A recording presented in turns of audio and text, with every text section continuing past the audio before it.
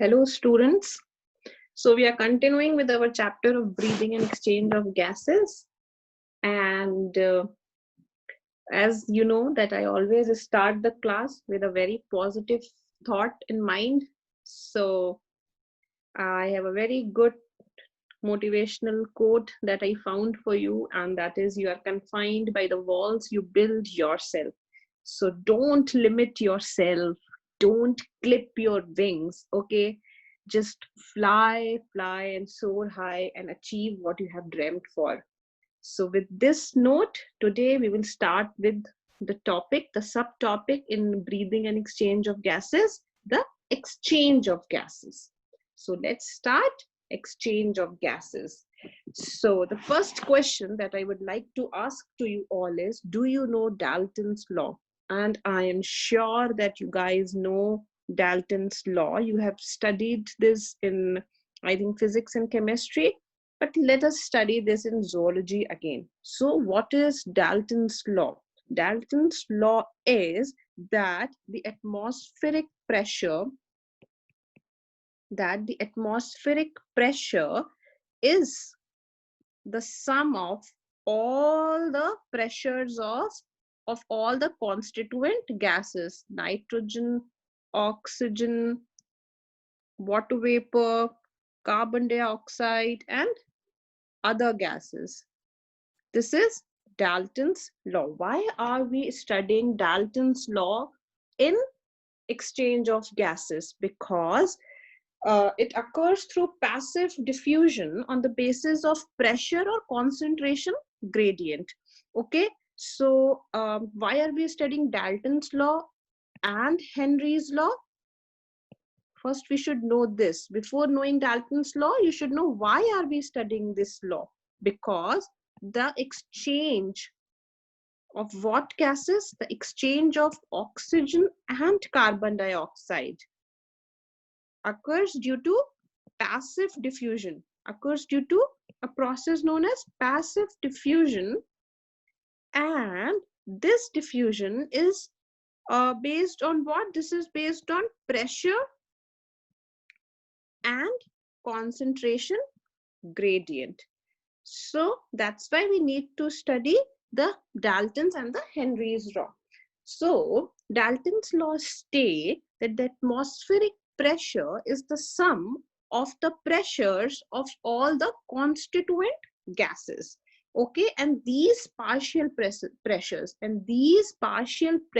do what? They determine what? They determine the movement. They determine the movement of oxygen and carbon dioxide between what? Between atmosphere and lungs. Okay, first between atmosphere and lungs, and between blood and body cells. Okay, so first thing, they determine the movement of oxygen and carbon dioxide between atmosphere and lungs and between blood and body cells. What do we exactly mean by this? We mean by this that when we take in air, it goes into the alveoli. It goes into the alveoli of lungs. Okay. So first thing is done. It is coming from atmosphere to lungs, and then from the lungs it has to go to the different body parts. The oxygenated blood has to go to the different body parts, to the tissues, right? So now the second part is clear, from blood and body cells. Okay, we'll do obviously in detail. Now secondly, let us know about the Henry's law, and I assume that you already know that gas diffuses across a permeable membrane. Gas diffuses across a permeable membrane from the area of high partial pressure, high pressure to low partial pressure. Okay, low partial pressure. I hope you know this, and this is what we are trying to deduce from Dalton's law. So what do we mean exactly by this? We mean that if the difference is more, if the difference in partial pressure, if the difference in partial pressure between two places is more, so the faster rate of diffusion, okay? If there is oxygen if there is a permeable membrane and there is oxygen here and oxygen here, and here the partial pressure is more and here the partial pressure is less, what will happen? From where to where the oxygen will move? The oxygen will move from an area of higher partial pressure to an area of lower partial pressure across a permeable membrane. This is what we are trying to deduce from what? This is what we are trying to deduce from Dalton's law, so as to study what? So as to study exchange of gases. Very good. Now let us see Henry's law. What is Henry's law saying? Because what we said, that exchange of carbon dioxide and oxygen occurs through passive diffusion, and this passive diffusion is determined by pressure and concentration gradient. So we have studied about the pressure gradient. Now let us see about the concentration gradient. So let us study the Henry's law. What is the Henry's law saying? Henry's law states that the quantity of a gas,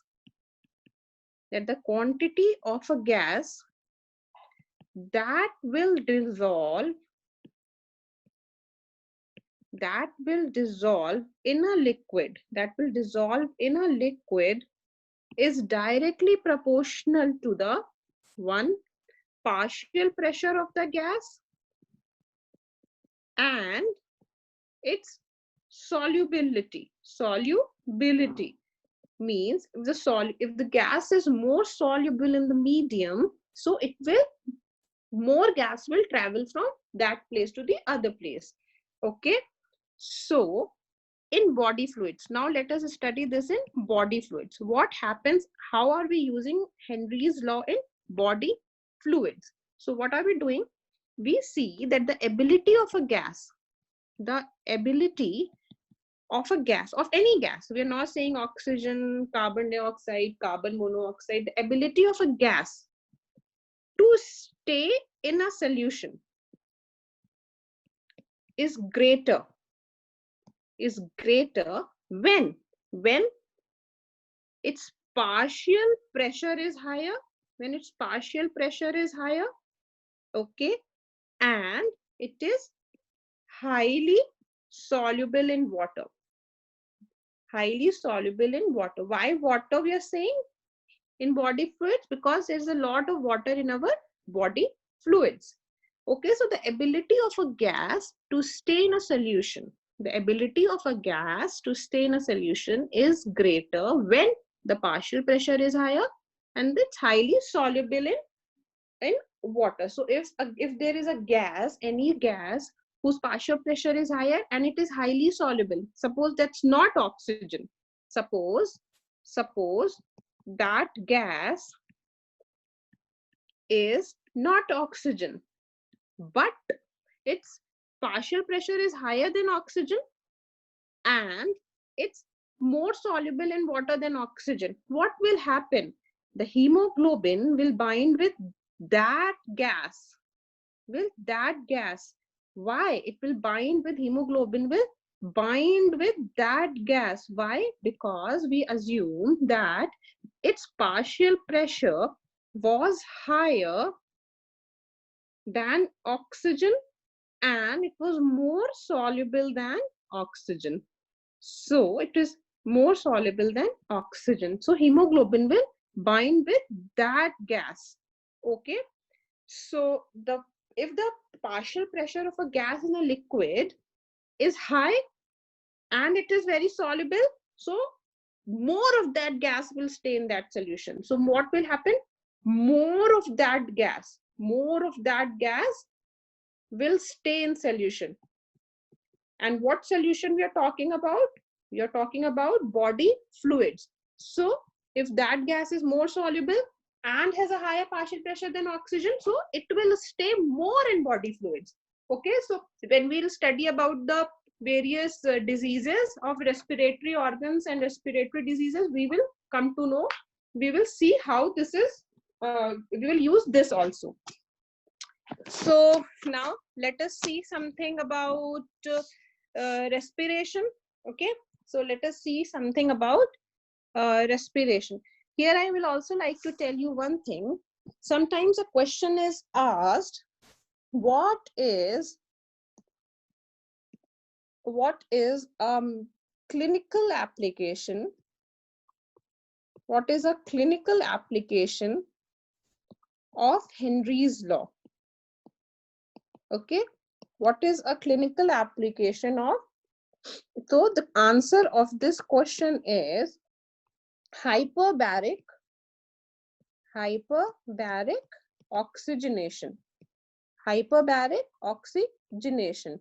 Hyper means over and baric means pressure.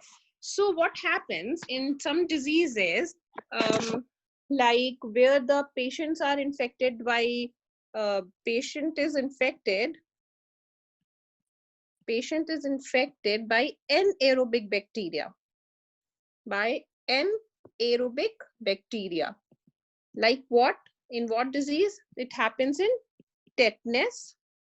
It happens in gangrene. These are two diseases in which the patients are infected by anaerobic bacteria.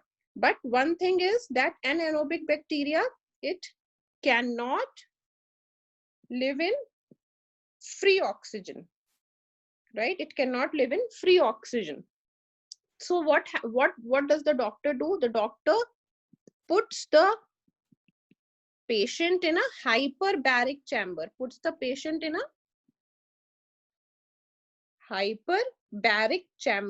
is a hyperbaric chamber? Hyperbaric chamber is a chamber which contains oxygen greater than 760 millimeters of mercury. Means that it contains oxygen more than the atmospheric pressure. Okay, so as body tissues pick up oxygen, so what happens? The tissues now pick up more oxygen, tissues take more oxygen, and what happens? The bacteria is killed because it is an anaerobic bacteria and it cannot live in the presence of free oxygen. So this bacteria is killed. So if the question comes, what is hyperbaric oxygenation? You know. And what will happen if a patient is infected by anaerobic bacteria? You know. Now the question is same thing, same concept, different questions. What will the doctor do if the patient is infected by tetanus or gangrene, or if it is infected by anaerobic bacteria? Okay, so the doctor will put it in hyperbaric chamber so that the tissues take in more oxygen. Okay, so this is a clinical application of Henry's law. So now let us study about respiration, external respiration and internal respiration. External respiration, which is also known as what? Gas exchange. What gas exchange? Pulmonary gas exchange. And let us study also about what? We should study also about internal respiration. Okay, internal respiration. We studied, no, like I told you, from atmosphere to lungs and lungs to body tissues. Internal respiration is also called systematic gas exchange. Systematic gas exchange. So you have to understand this very nicely. Okay. So now what happens that here is this is our tongue, palate, this is our nasal chamber, and this is our alveoli that we are enlarging, and this is the alveoli. Okay. So here is the alveolar air. Here is the alveolar air. Now, alveolar air will have what? It will have oxygen. So the partial pressure of oxygen in alveolar air is 104. Okay. And the partial pressure of CO2 is what? It is 40. Now, this is a schematic diagram. This is what? This is known as a schematic diagram. And what is a schematic diagram? It is just showing an idea. This is the heart, and this is the deoxygenated side. Deoxygenated, and here is the oxygenated. Oxygenated. ठीक है?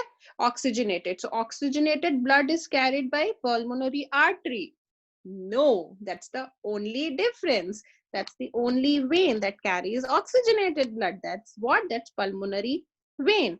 And deoxygenated blood is not carried by a vein. It is carried by an artery, the only artery, the pulmonary artery. So these things that I am showing, these are the veins and arteries, and this from the heart, the oxygenated blood is going to via aorta. This I am showing aorta or arteries to the tissues, and this that I am showing is vena cava. I am not, or superior vena cava. I'm not telling about this much because we will do this in what? We'll do this in respiration. So now let us begin. So the in the alveolar air, the partial pressure of oxygen is 104 and carbon dioxide is 40. So now what will happen when the deoxygenated blood is coming from the heart? The deoxygenated blood has a partial pressure of oxygen as 40 and as partial pressure of carbon dioxide as 45. Okay, so now you see, can you see the difference? That here the partial pressure of oxygen is less, it is coming here, right? So the deoxygenated blood is, partial pressure of oxygen is less. Partial pressure of oxygen is less, okay, in the deoxygenated blood. So what is it? It is 40. It is 40, and then the alveolar air, which is 104. So now let us just make it again and just see it. If we zoom it, what can we see? That this is, suppose this is our alveoli. This is a single celled epithelium. Okay, this is I am drawing single celled epithelium. Okay. This is the alveoli, and this is the alveolar cavity, and this is a basement surface. Okay, this is what? This is a basement surface, and then there is this capillary, and then there is this capillary, such a fat capillary, and this is the capillary. Okay, and this here we have these corpuscles. Okay, so this is also what? This is also single layered. So this is what? This is alveolar cavity, and this is the basement substance, and this is the blood capillary, right? So what is happening? What is happening in the blood capillary? In the blood capillary, the pressure of oxygen is what? The pressure of oxygen is 40, and in the alveolar cavity, what is the pressure of oxygen? It is 104. So what will happen from high pressure gradient to low pressure gradient? So what will happen? The oxygen will move here. Okay. And what about carbon dioxide in blood capillary? In the blood capillary, it is 45. And what about alveolar cavity? What about alveolar cavity? It is 40. So what will happen? The carbon dioxide will move from blood capillary to the alveolar cavity. Got it?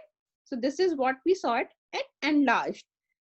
So, okay, so this is what is happening. What is happening? Carbon dioxide will go out. Okay, and what will happen to the oxygen? Oxygen will come in. Okay, so now what is happening? What is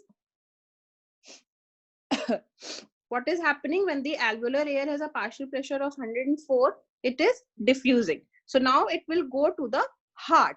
It will go to the heart. And what will happen? This I'm showing what this is known as the external respiration. Here, this is the pulmonary gas exchange that we did. Pulmonary gas exchange that we did. Now we will do what? We will do the systematic gas exchange or the internal respiration. Okay, so just you see this, and you see if you are not able to understand anything, you can go up and see. Okay, okay, so now let's move forward. So what will happen? It will go to the left side of the heart. It will go to the left side of the heart, where the partial pressure of oxygen is 95 and the partial pressure of carbon dioxide is 40. So what is happening in the tissues? What is happening in the tissues? Let us see. The tissues are using oxygen. The tissues are using oxygen and releasing carbon dioxide because they are working. Okay, so here the partial pressure of oxygen will be what? 40, and the partial pressure of carbon dioxide is what? It is 45. So what will happen when this blood will come? When this blood will come, what will happen? Here the partial pressure of oxygen is 95 and the partial pressure of carbon dioxide is 40. So what will happen? Since the partial pressure of carbon dioxide is more, it will go into this, and since the partial pressure of oxygen is more, it will be by concentration gradient. So it will come. So now it will go. So now it will go from the vena cava, and the deoxygenated blood will go, and the partial pressure of oxygen 40 and CO2. And again, this whole cycle will be, and this whole cycle again will be repeated. Okay, so this is very important. You should know this. This is very important. You should know these pressure gradients. You should know these pressure gradients very nicely, because we will be using this in oxygen dissociation curve also. And you should be knowing the Daltons and the Henry's law even. So now let us once again just see the pulmonary gas exchange or external respiration in a quick through way. So what is pulmonary gas exchange or external respiration? It is the diffusion of oxygen from air in the alveoli of the lungs to blood in pulmonary capillaries, and diffusion of carbon dioxide in opposite direction. Okay, so this is alveoli. These are the capillaries. So this diffusion of carbon dioxide and oxygen is what? This is external respiration or pulmonary gas exchange. So deoxygenated blood becomes oxygenated from the right side of the heart to the left side of the heart. So basically what is, it converts the deoxygenated blood into oxygenated blood coming from the right side of the heart to the, goes to the left side of the heart. And what else can I tell you? One more thing, the number of capillaries where near alveoli, number of capillaries near alveoli is very large. Number of capillaries near alveoli is very large. And what? And blood flows slowly. Okay, so these two things. What these two things? One, that the number is very large and the blood flows slowly. So what happens? Why is this? Because so that these capillaries pick up maximum CO2, maximum oxygen. I will make the person die. These capillaries pick up maximum oxygen. Okay, so this is what is external respiration. Let me just think. Okay. Okay. Chalo, this is done. Respiratory membrane we did.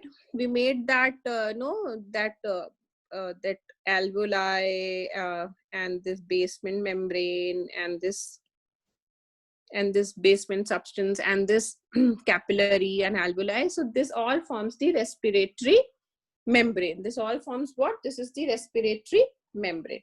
So now let us move forward to what? Let us move forward to internal respiration or systematic gas exchange. What is systematic gas? It is the exchange of gases between blood capillaries and tissue cells. Okay, very easy that we did. Okay, between the tissue that I had drawn, this was the tissue. So tissue was what? Tissue was using oxygen. So carbon dioxide was getting into the capillaries and oxygen was coming here. Why? Because tissues are working and they need oxygen. Okay, so now let us see. So what happens in systematic gas exchange or internal respiration? The partial pressure of oxygen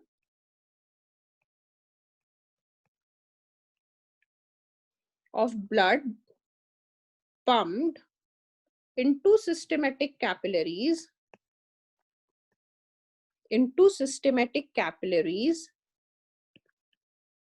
is higher or is 95 than PO2 of tissues. And why PO2 of tissues is less? Why pressure of oxygen tissue cells is low? Because tissues are working and they are using up the oxygen. Okay, because they are constantly using oxygen to do what? To produce energy or to produce what? To produce ATP. Okay, so what happens due to this pressure difference? The carbon dioxide diffuses out and the oxygen comes in. Very easy. You have to remember just the whole process, and these numbers are also important. Okay, so now what happens? That the oxygen diffuses from systematic capillaries into tissue cells and the CO2 diffuses into the opposite direction. Okay, because tissues are constantly, they're using CO2 and producing CO2. Okay, using oxygen and producing carbon dioxide. Okay, so now the deoxygenated blood, what happens to the deoxygenated blood? What happens to the deoxygenated blood? Something will happen, no, to this deoxygenated blood.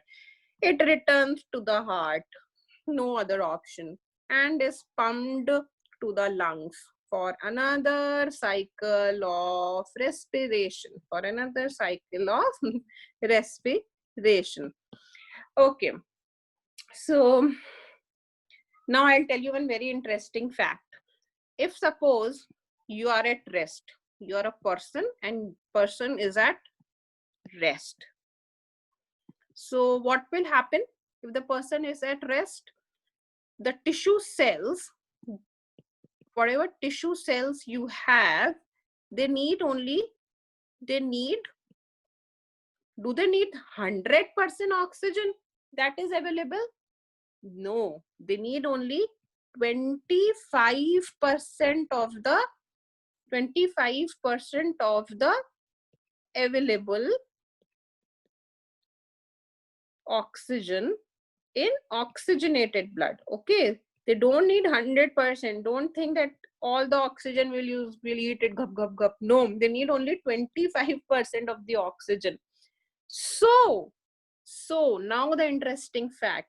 So what happens after, so the deoxygenated blood, after we use oxygen, it becomes deoxygenated blood. Okay, after the tissues, like, you know, we had drawn this tissue and okay, it was releasing carbon dioxide using. So what will happen? So the deoxygenated blood has also 75%, though we say it is deoxygenated blood, but it still has 75% of oxygen. Now what happens, this is when the person is at rest. Now what happens when the person is exercising? My God, very few people do this, no? Exercising. When the person is exercising, what will happen? During exercise, what will happen? More oxygen. What happens? More of oxygen diffuse from the blood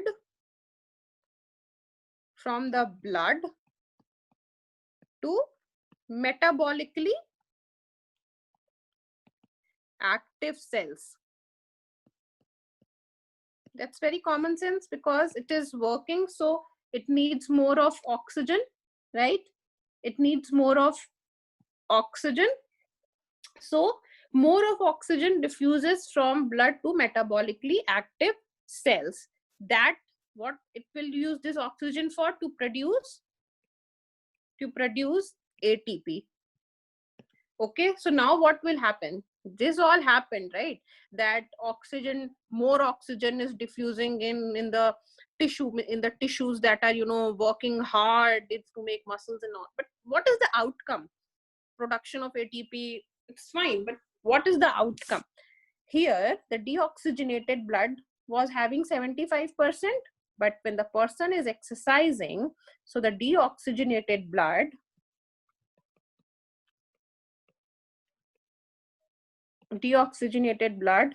has less than 75% of oxygen. This is what I was going to tell you. Okay, so now we have done these two things. Okay, we have I had told that I'll do few questions, but I think I should do this in the next class, so that I'll tell you about.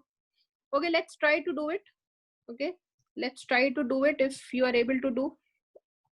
So let's do some questions. So any question? My God. Okay, so what is the first question? Where is the first question, man? Yeah. Right. So the first question is, which two of the following changes usually tend to occur in the plain dwellers when they move to high altitudes? Okay. So read the options. Increase in red blood cell size, increase in red blood cell production. What is this? Increase in breathing rate. Increase in,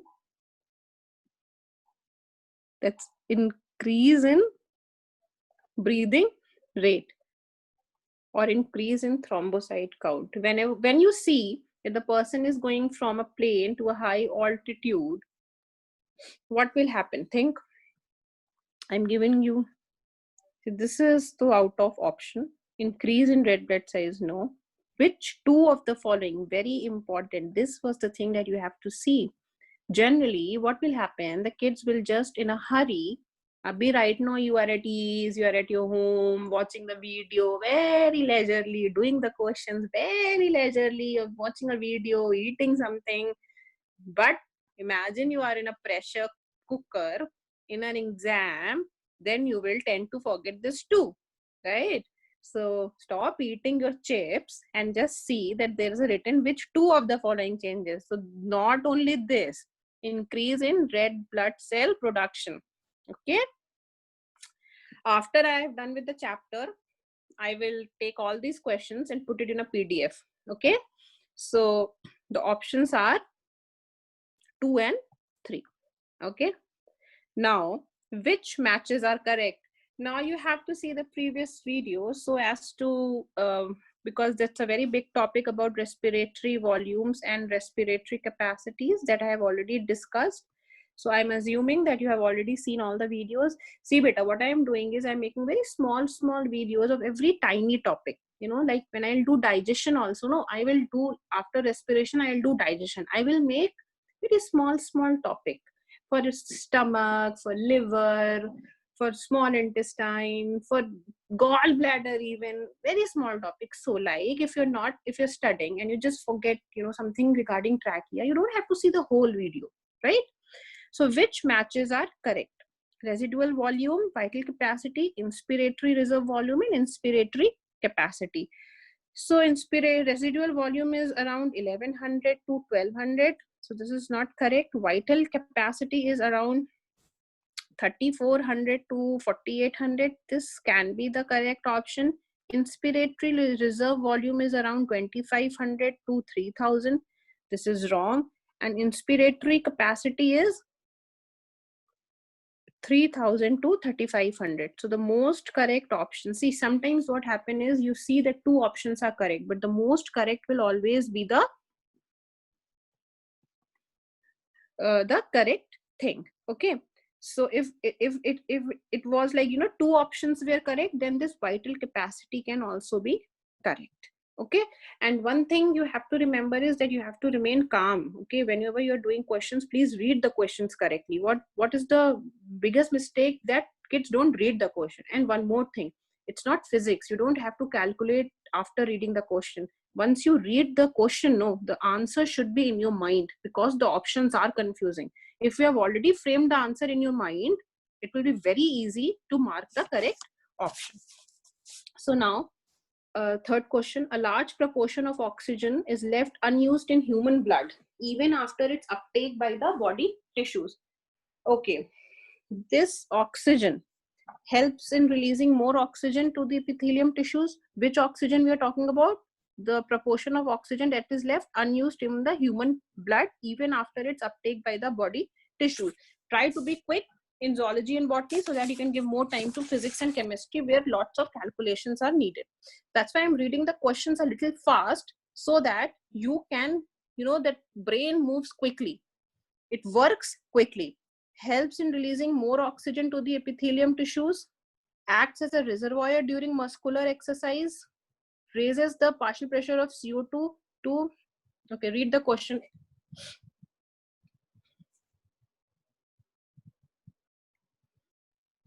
Right. So the correct answer will be what? I told you, no, that during muscular exercise, what is happening? The deoxygenated blood, the level of oxygen in the deoxygenated blood reduces. Why I had told you all these things? Because it acts as a reserve during muscular exercise so that it can be used. Oh, I have not drawn. I forgot to draw. So let's do the question 5. Two friends are eating together on a dining table. One of them suddenly starts coughing while swelling, while no, not swelling, while swallowing some food. This coughing would have been due to improper movement of, if you're eating, if you're not eating with your friend, suppose you're eating alone and you start coughing, it's very easy. Tongue, epiglottis, diaphragm, or neck. Epiglottis, right? We have done it in larynx when we're doing the cartilages, the trap door. Epiglottis is, that's why known as the trap door. Okay. So if you want to see this, you have to see the lecture on larynx. What is the vital capacity of our lungs? This is a very good question, and you have to see this respiratory volume and respiratory capacity to understand this. Vital capacity. Total lung, see, we had rung na tidal volume, inspiratory, expiratory, and residual volume. Remember? So the vital capacity is what? Total lung capacity minus residual volume. See, the first option is only correct. This was tidal volume, this was inspiratory reserve volume, expiratory reserve volume, residual volume, total lung capacity, and this was what? This was the vital capacity. So please see respiratory volume and respiratory capacity, guys, please. Now the 7th question, the partial pressure of oxygen. Don't sleep, guys, please wake up. The partial pressure of oxygen in the alveoli of lungs is equal to what? The partial pressure of oxygen in the alveoli of lungs is what? We saw that it was what? It was more, right? It was 104, and that's why even if you forget this, just use a little bit of common sense. Know that alveoli of the lungs has to be more, no, then only it will come inside, right? Because of the pressure gradient. Many questions can be done just with your common sense. Lungs do not collapse between breaths in some airways in the lungs. Okay, read this question.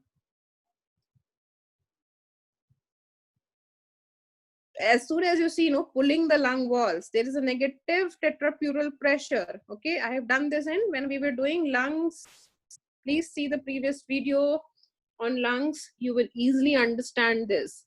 Okay, now suppose the CO2 concentration increases. What will happen?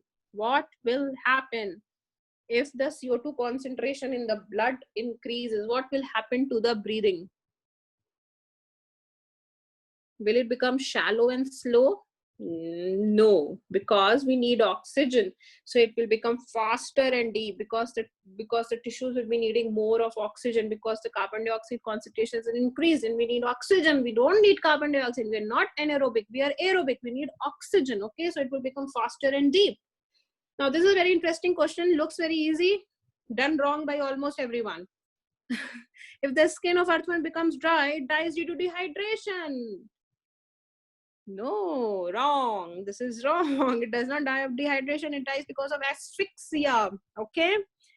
And what is terminology for rapid breathing? I told you in my earlier video, this is breathing. Okay. This is apnea is breathing. And terminology for rapid eupnea is what? Normal breathing. Orthopnea, ortho, always associated with posture, bones. Inability, orthopnea. Please remember these words. These questions have come before in the exams. Inability to breathe. I'm not saying that if they have come, they will again come, but yes, these concepts basically you have to remember. Inability to breathe in horizontal position. Hypercapnia is when there is excess of CO2 in blood. And what happens? When there is excess of CO2, there is a faster and deeper breathing. During inspiration, what happens? During inspiration, we had learned that this was the diaphragm, this was our lung with the cardiac notch and everything. What happened? Diaphragm became flat from dome, right? Intercostal muscles pulling away. So what was happening? Remember we did this? It came during normal breathing, it comes 1 centimeter. I hope you remember. So 12th is 1, thoracic volume increases, very easy. The sum of IRV, ERV, TV is what? I just drew the diagram. Tidal volume, IRV, ERV. Residual volume, total lung capacity. Tidal volume, ERV, IRV, and ERV. This is what? This is total lung capacity. So this cannot be vital capacity, right? This is what? This is vital capacity. Be quick. Anatomical dead space we had done, that does not take part in. What is this? Does not does not take part in respiration. Okay, so upper respiratory tract, read.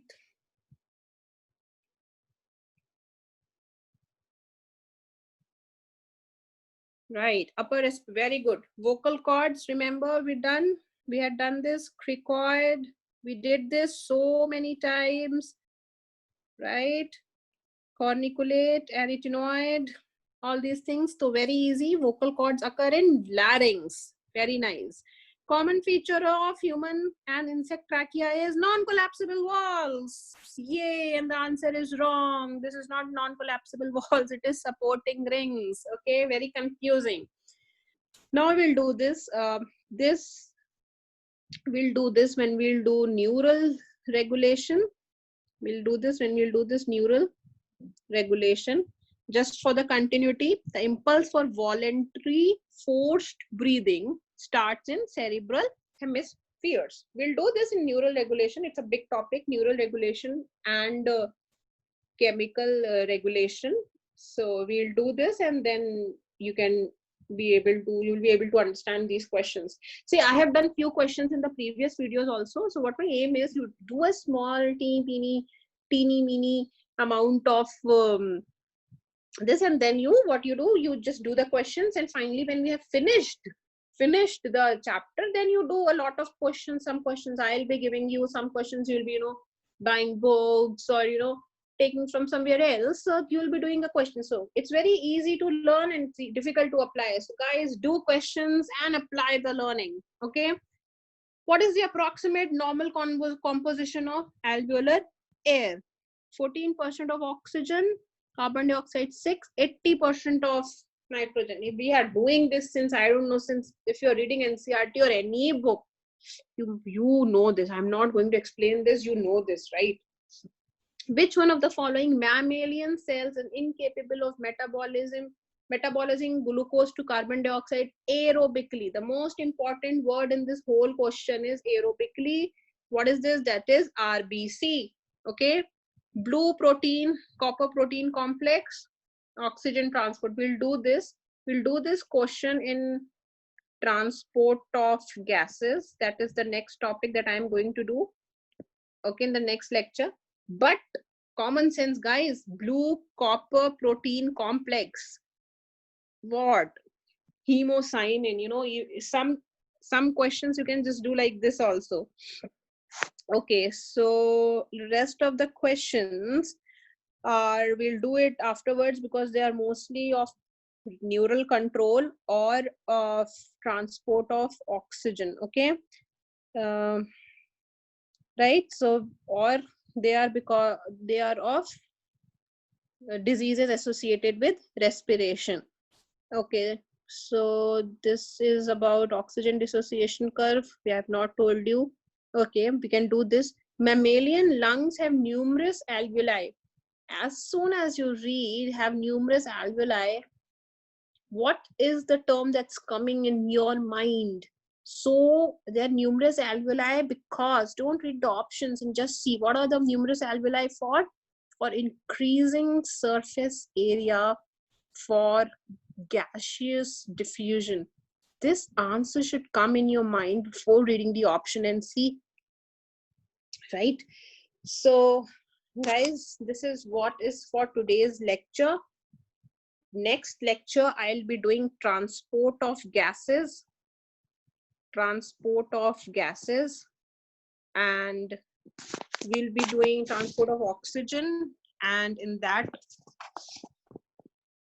we'll be doing transport of gases and transport of oxygen and carbon dioxide, and then we will be doing neural and chemical regulation. Okay, so neural and chemical regulation. So next this, then uske baad this, and then some diseases associated, and then we are done, and then we'll do questions, and then we can celebrate that one chapter is done. Yay.